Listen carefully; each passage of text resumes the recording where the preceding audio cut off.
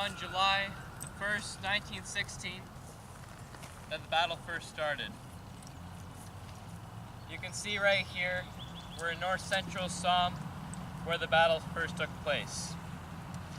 Of course, it looks very peaceful and beautiful now, but back in the day it was very brutal and disgusting indeed, say 101 years ago. Of course, this isn't really North Somme. This is actually just beautiful Murrayville in British Columbia. But for intensive purposes, let's just say it's North Somme. Most World War I areas look like this anyway. So, just think back 101 years ago, you have the smell of gunpowder and death in the air. It's dark, it's raining a little bit, and this huge artillery bombardment has been happening for the past 8 days and 8 nights. Finally, it's happened. It's all done. And your superior officer tells you it's time to go over the top. So that's just what you do. Most likely, you never fired a rifle before. Most of your fellow men have never fired a rifle before. Most of your men never will. This is the Battle of the Somme. Now, the Battle of the Somme, at the time, was simply called the Big Push. Was meant to have been a walk in the park.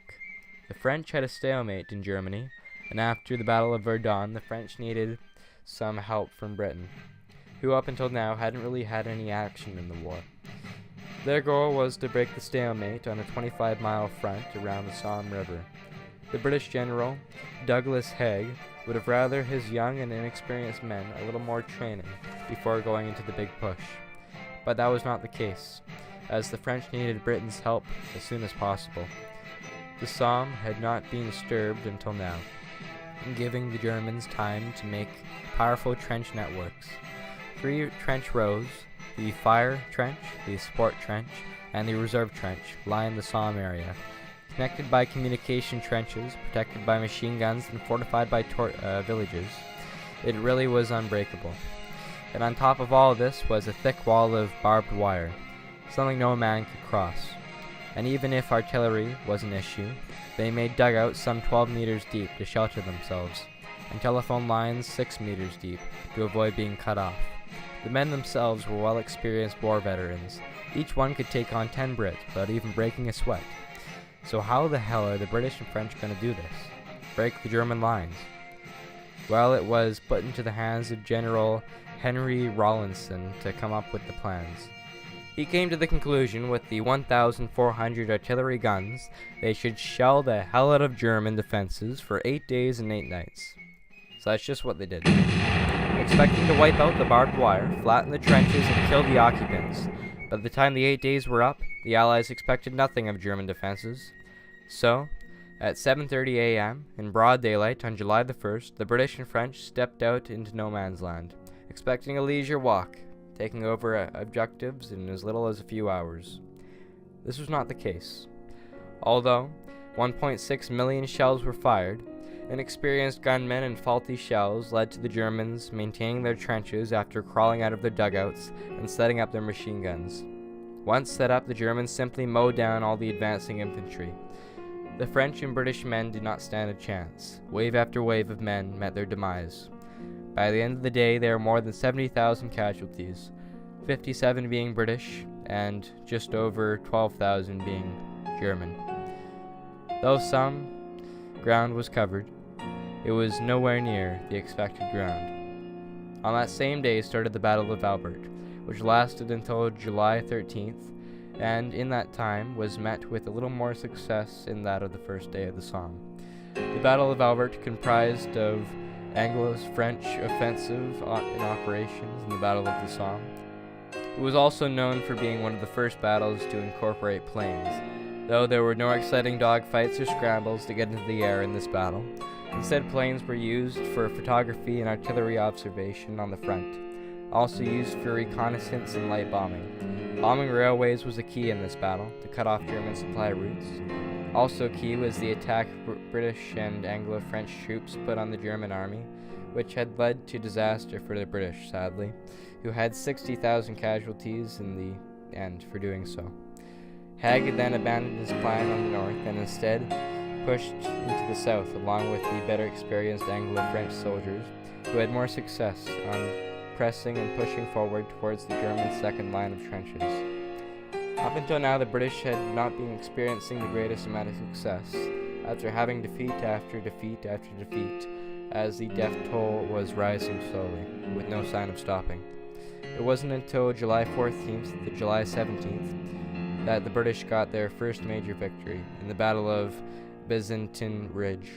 But it wasn't met without communication failures, casualties, and disorganization. That victory was thanks to a new battle tactic the British had come up with called the creeping barrage, which consisted of the artillery firing a wall of destruction with the waves of infantry close behind. So when the artillery wall met the trenches, the infantry could just hop in and take over, thanks to the cover the wall had given them throughout no man's land. Although a victory led by Henry Rawlinson, it was a battle that ended still many lives. Over 9,000 casualties from the Brits compared to the low 2,300 from the Han. Certainly not the turning point in the Battle of the Somme, as the Allies had so hoped for by now. And that would not come from the next battle either. The Battle of Fromelles, lasting from July 19th to July 20th, was an attack to exploit any weakening German defenses in the south. And although it did give the German defenders some losses, it gained no ground at all. The defender always has the advantage, so the German casualties were nowhere near as bad as the British casualties.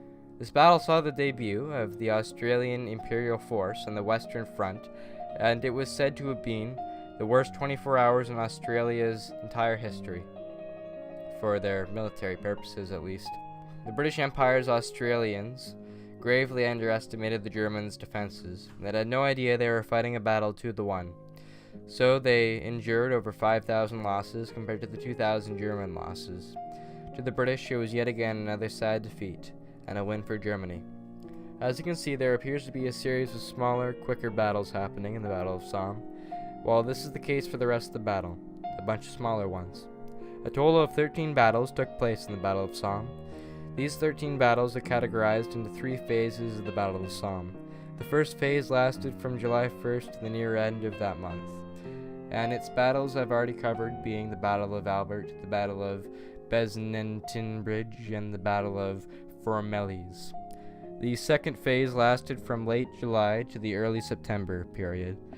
It consisted of 4 battles, being the Battle of Deville Wood, which lasted from July 14th to September 15th, the Battle of Pozieres, which lasted from July 23rd to August 7th, the Battle of Guillemont, which lasted from September 3rd to September 6th, and finally the Battle of Ginchy, which lasted September 9th. It was through this second phase that the British, and indeed the Allies, began to turn the war around for their benefit. Each battle was one victory after another. The Battle of Deville had the debut of the South African infantry on the Western Front, which they fought and died bravely for. Deville was a thick forest with grassy roads and dense hazel thickets, so fighting here was a huge pain. But after a month of pain, the British had finally succeeded. Now all they had to do was hold the area. The Battle of Pozieres was costly fighting, but ended in the British in possession of the Pozieres village and the plateau north of it. Although an Australian historian, Charles Bean, will tell you the battleground is more densely sown with Australian sacrifice than any other place on earth. The other 2 battles had much of the same effect. The Battle of Guillemont finally ended in British victory, but the Germans did their biggest ever counterattack during this battle, and the Battle of Ginchy was found to have gained a bit of ground for the British, raising the casualties on the German side. Though things happened in this second phase, no real ground was covered. It wasn't until the third and final phase that things really started to get good and the ground really started to get covered. The third phase was comprised of 6 battles, all of them Allied victories, most of them being British victories. The first battle, the Battle of Villers-Colilette, that lasted from September 15th to September 22nd, saw the debut of the Canadian Corps and the New Zealand Division in the Battle of Somme, as well as the world's first use of the tank in warfare history. 2 Mark I mail tanks were used. The first one lost one of its tracks and broke down on the drive to the assembly point, while the other actually saw battle. Germans were stunned and at awe as they saw this great metal behemoth thundering towards them. The tank drove to the end of Bühleck's Wood before eventually getting stuck in the mud. This battle also allowed the British to gain over 2,300 meters of ground, a considerable amount compared to the rest of this battle. The next battle, the Battle of Morval, that lasted from September 25th to September 28th, was joined by a small number of tanks and left the Germans in severe difficulties. The later Battle of Thiepval Ridge, which lasted from September 26th to September 28th, made September the worst month for German casualties throughout all of the Battle of Somme. The Battle of Transloy Ridges, which lasted from October 1st to November 11th, and the Battle of Ankar Heights, which lasted the exact same period of time, were also crushing blows to the Germans. Finally, the Battle of Ankara, that lasted from November 13th to November 18th, saw the end of the whole Battle of Somme, mostly due to cold weather. So the British and the Anglo-French won, right? Well, it was a hollow victory.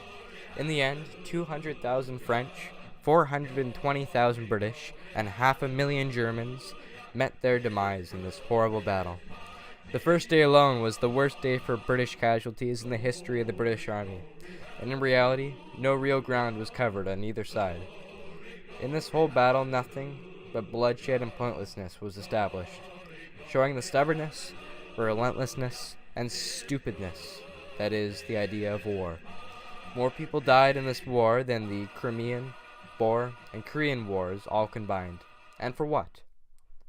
To quote Edwin Starr, war. What is it good for? Absolutely nothing. Yeah! What?